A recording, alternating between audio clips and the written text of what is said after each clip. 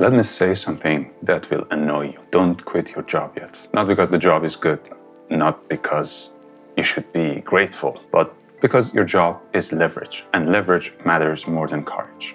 If you're watching this, you probably feel stuck. You work hard and it still feels like nothing moves. No recognition, no promotion, no fair rewards. And your brain starts whispering, just quit.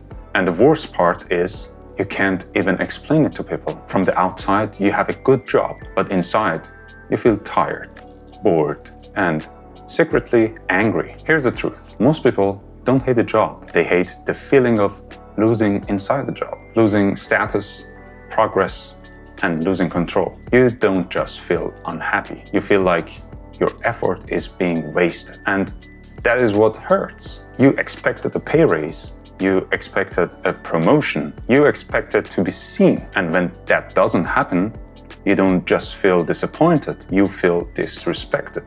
Because your whole emotional scoreboard is tied to only one place, your job.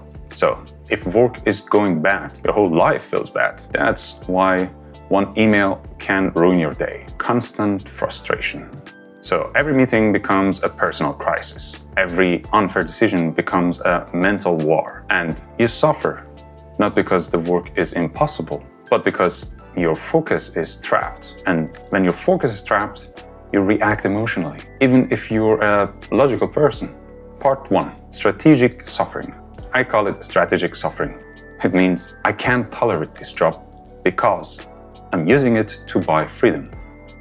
Not forever and not blindly, but long enough to build leverage. Long enough that the boring days actually mean something. Your job is not your life. It's a funding machine. And if you use it correctly, it becomes the fastest path out. If you don't use it correctly, it becomes golden handcuffs. Job equals funding machine. Here is the sweet spot nobody talks about. You are being paid for the risk you don't take. Stable income, predictable cash flow. That stability is powerful if you turn it into assets and options. A lot of people dream about freedom, but they destroy the one thing that could buy it: stable cash flow. Part 2.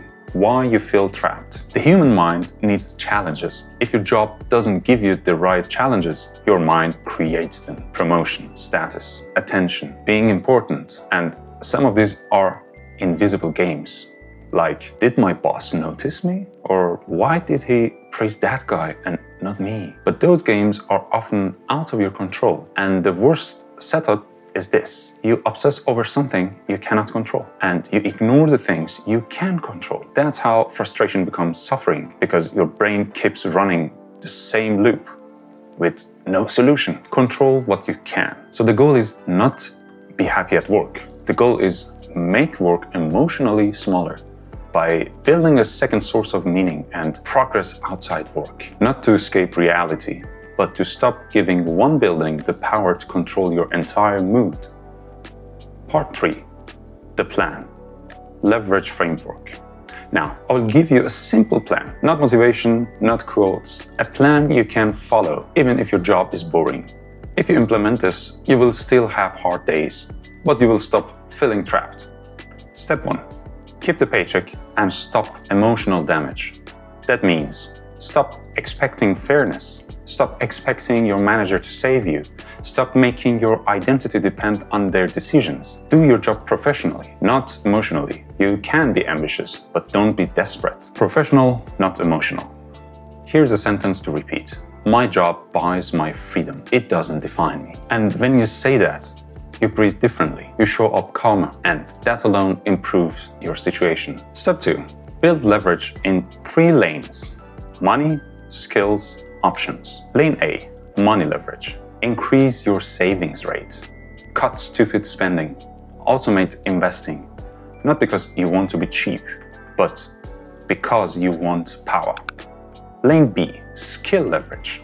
Pick one skill that increases your value in the job market. Not 10 skills.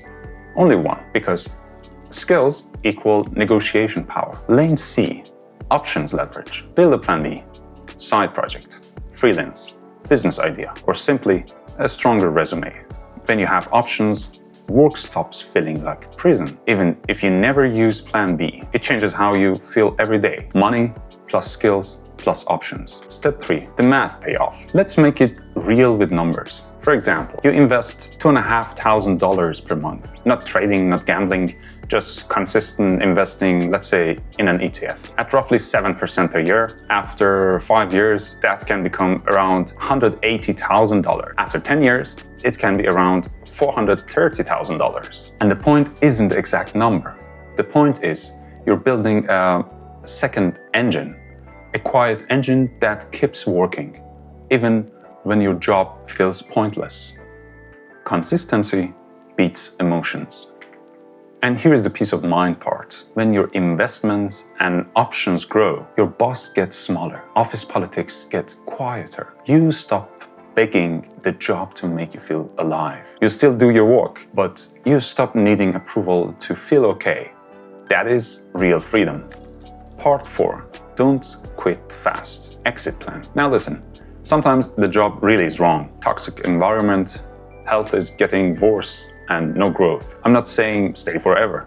I'm saying don't quit emotionally. Quit strategically, because emotional quitting is really expensive. Strategic quitting is powerful.